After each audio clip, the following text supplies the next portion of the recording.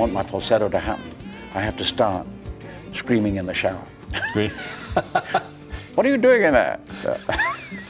Few music stories contain as much meteoric success, bitter backlash, reinvention, and haunting tragedy as the saga of the Bee Gees. For a brief moment in the late 1970s, they were the most famous band on earth, the kings of disco, the architects of a soundtrack that defined a generation, and the voices behind some of the most recognizable melodies of the 20th century. There's a certain almost nakedness that he felt, and sure, there's a risk involved. He's a 67-year-old pop icon, and he's like, do people care still? But long before the falsetto, the gold chains, and the Saturday Night Fever hysteria, they were simply Barry, Robin, and Maurice Gibb.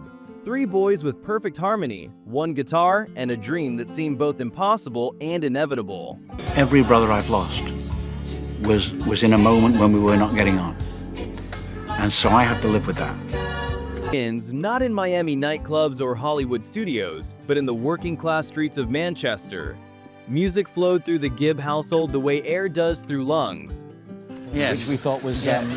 You'll always be Latossus to me, but I don't know. Words, well, that's... And I loved all those. They were sort of... You know, I thought we were tossers. Their father, Hugh, was a band leader. Their mother, Barbara, sang. And from the moment Barry could form chords and the twins could match pitch, their mother recalled walking into the house to hear her son singing in uncanny harmony. Not to a radio, but to each other. To get back out on the road. I was fed up with him sitting on his ass. It was miserable. He was? Yeah, I think after Morris died, it kind of went into... By age 9, Barry had a guitar, and the brothers had a makeshift group called the Rattlesnakes. Their first public performance famously came by accident. They were supposed to lip-sync to a record at a local show, but the disc broke on the way. In a moment of pure instinct, the boys sang live. The crowd erupted. For three terrified children, that applause felt like destiny tapping them on the shoulder. But destiny wasn't waiting for them in Manchester. The family was broke, and young Robin, spirited and mischievous, had developed such a habit of setting small fires that the police reportedly suggested the Gibbs find a fresh start somewhere else. Was in a moment when we were not getting on. And so I have to live with that. Yeah. I'm the last man standing. You all right? Yeah. I'll never be able to understand that because I'm the eldest. In 1958, the family packed what little they had and emigrated to Redcliffe, Australia. If Manchester hardened them, Australia shaped them. They sang between horse races at a local speedway, where a DJ and a promoter took notice of their harmonies and helped introduce them to local TV. By their early teens, they had a weekly television slot, a budding fan base, and a new name, the Bee Gees, short for Brothers Gibb. By 1963, they had signed their first record deal and released their first single. It didn't change the world, but it changed the trajectory of three boys who believed the world was theirs to reach. Because... Stay on the ground. Yeah. Don't believe any of it, because everything passes no matter what, you know. And what have we witnessed in the past 10 years? How everything really does pass. And in 1967, armed with a suitcase of demos and unshakable ambition, the Bee Gees boarded a ship back to England. What happened next was a transformation so sudden it bordered on myth. My speech to them was, we're either going to end up as criminals or we're going to end up being famous. We have to decide now. Within months of returning to London, impresario Robert Stigwood signed them and began promoting them as the heirs apparent to the British pop throne. And for a moment, it looked true. The Bee Gees' first wave of hits, To Love Somebody, Words, Massachusetts, announced them as a force. Death would divide the two surviving members of the Bee Gees, as Barry and Robin both admitted in this 2009 interview. You said you were afraid of him? I think we were both afraid of each other. I knew where Barry was emotionally. They weren't cloning the Beatles. They were crafting haunting, aching ballads with a melancholy that felt much older than they were. They became teenage sensations almost overnight, selling out concerts across Europe and America. It was the kind of dizzying rise most young artists don't survive, and in the Bee Gees' case, the cracks started from within. Ego, pride, and the curse of sibling equality collided. Barry, with the smooth voice and matinee charm, was treated by producers as the natural frontman. For you to do this? Yeah, It's everything to me. It's all I've ever known. I don't know how to do anything else. You do this one pretty well, though. Robin, just as gifted but more sensitive, resented it. Industry advisors whispered flattery into both ears. "You're the real genius." In 1969, the tensions snapped. Robin quit. The Bee Gees fractured. The split didn't just dent the band, it devastated the family. And while Robin scored a brief solo hit, the magic evaporated. It didn't take long before all three realized something profound. Separately, they were talented. Together, they were singular. When was the first moment you realized you had that ability to sing falsetto? It was a song called Nights on Broadway, and Arif Mardin. In late 1970, the brothers reunited, older, humbler, and suddenly aware of the power they possessed only as a unit. Their first song back together was practically an emotional confession. How Can You Mend a Broken Heart? It became their first US #1 hit. Poetic proof that harmony, in every sense, was their superpower. But the world was changing fast, and the Bee Gees were about to face the most improbable second act in pop history. A reinvention so dramatic that even they later admitted they couldn't have predicted it. By the mid-1970s, the taste of pop radio had shifted, and the Bee Gees' lush ballads felt suddenly out of step with the world they once dominated. Still is. So I went through that period where it didn't mean anything. And I can't believe that I'm the eldest and I'm still here. So. Their sales dipped. Critics wrote them off as yesterday's news, and some executives quietly wondered if the Bee Gees had already had their moment. But decline was never the end of their story.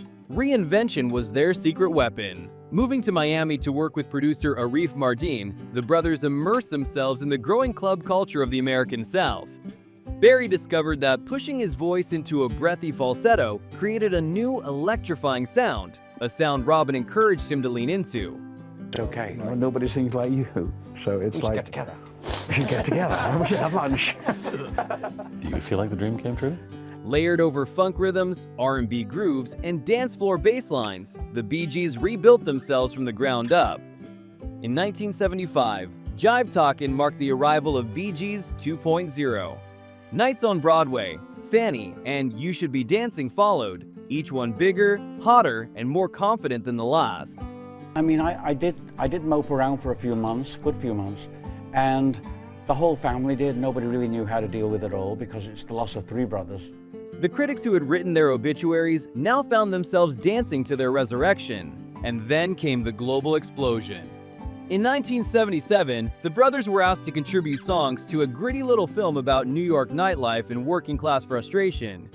The movie was called Saturday Night Fever, starring a young actor named John Travolta, who wasn't yet a superstar. And if you're in a group, you can't really compete against each other. No. You've got to unite against something. What was that competition about? The Bee Gees didn't just contribute, they detonated. Staying Alive, Night Fever, How Deep Is Your Love, and more turned the film into a cultural earthquake. Same sense of humor, so I think it's a lot to do with that, and that we all had the same goal as we were children. We always wanted to be one day famous. So it's that goal that's still going on. The soundtrack sold tens of millions, became the best-selling movie album in history at the time, and transformed disco from a subculture into a mainstream religion. Between 1975 and 1979, the Bee Gees achieved one of the most dominant commercial runs in modern music. 13 top 20 hits, 6 consecutive #1 hits, 1 singles, and at one point 5 songs in the Billboard Top 10 at the same time, a feat previously achieved only by the Beatles. Yeah, totally organic, spontaneous, and completely out of the blue. We just started singing one day. Barry picked up a guitar. So how old are we? About 4 or 5 years old. For a brief moment, there was no corner of earth where the Bee Gees' falsetto didn't echo. From dance clubs in Paris and Miami to suburban bedrooms and roller rinks. But the higher a pop phenomenon rises, the harder the inevitable backlash crashes down. In 1979, disco fatigue turned into disco hostility, and the Bee Gees, as the face of the genre, faced the brunt. You know, they were trying to encourage the immigration. So it's £20, like £10 per parent, and kids travel free. So we were going to paradise, you know, because we were living in Manchester. It was a journey as well. I mean, yeah, we saw the pyramids and we were in India. The sentiment culminated in the notorious Disco Demolition Night in Chicago. where thousands gathered to blow up disco records in a baseball stadium riot. The stunt was framed as a joke, but the undertones were far darker: cultural resentment, racial tension, homophobia, and generational panic, all disguised as music criticism. And because the Bee Gees represented disco's commercial peak, they became easy targets. Almost overnight, US radio turned its back on them. Disco was mocked, and the Bee Gees were mocked along with it. We needed to do that. We wrote Islands on the Stream and produced Kenny Rogers and Dolly Parton, well, Barry produced and we wrote. Chain Reaction for Diana Ross, Heartbreaker, Dionne Warwick, the Guilty album with Woman in Love. And then that's when we came to You Win Again in '88. And their outfits became comedy props, their falsetto a punchline. The same brothers who had just broken chart records now found themselves shut out of the industry that had crowned them. Rather than fight a war against taste, they slipped out the back door and became invisible hitmakers. Quietly and almost defiantly, they wrote and produced a new wave of hits for other artists. Barbra Streisand's Woman in Love, Dionne Warwick's Heartbreaker, Kenny Rogers and Dolly Parton's Islands in the Stream. All massive successes powered by Bee Gees songwriting. And coming to the realization that you've got to seize life. It's not gonna seize you. You have to make things happen for yourself, and nature takes its course. If you listen to the album in abstract form, you will hear. Even when the world pretended to be sick of them, it still couldn't stop dancing to their melodies. Yet the greatest challenges the brothers would face were not professional, but personal. All three battled demons: Barry with marijuana, Robin with amphetamines, and Maurice with alcohol. Their younger brother Andy, the baby of the family, ascended to solo stardom in the late 1970s with 3 consecutive #1 hits of his own, only to spiral into cocaine addiction and depression. By 1988, at age 30, Andy collapsed and died from a weakened heart, the first devastating blow to the Gibb family. Tragedy would not stop there. In 2003, Maurice, the brother who kept the peace, died suddenly at 53 from intestinal complications. It's hard to be objective about something like that. I mean, we've grown up doing what we do, and the impressions that people have on us is not necessarily our impressions of ourselves. It's very hard for us to perceive ourselves. See, we see ourselves as... In 2012, Robin succumbed to cancer. Their mother, remarkably still alive through it all, buried 3 of her 5 children. Barry became the last Bee Gee, a title he never wanted. For a while, he couldn't bear to perform, but he eventually returned. Not for charts or applause, but for legacy. With Robin's son and Maurice's daughter beside him on stage, Barry revived the music that bound the brothers' lives. And the point is, when did we first record something? When did we first become a group? And I think that's about 1958, 1959. The Bee Gees' reputation, once dented by backlash, was reevaluated. Critics now hailed them not as a disco gimmick, but as one of the great songwriting dynasties of the modern era. It comes out in that way, you know. It just came out in our music, and we were all individualism. I guess we were all searching for our own individual identity. Because we know where we are, we know what we're doing. It's a different thing. Barry was knighted in 2017. Documentaries crowned them as innovators. Younger artists claimed them as influences.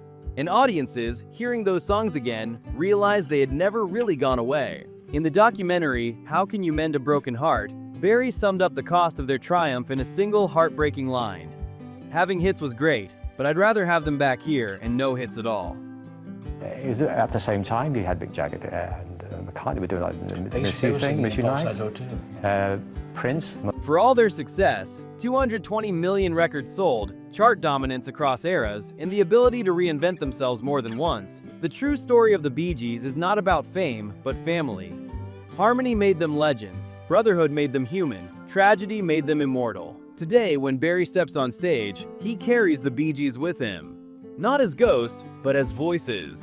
Voices that still soar through radios, cinemas, dance clubs, and headphones. Voices that once defined a generation, and somehow still define the feeling of being alive. It is the rarest kind of legacy. One born in harmony, scarred by loss, and preserved by the only thing stronger than time, the music itself.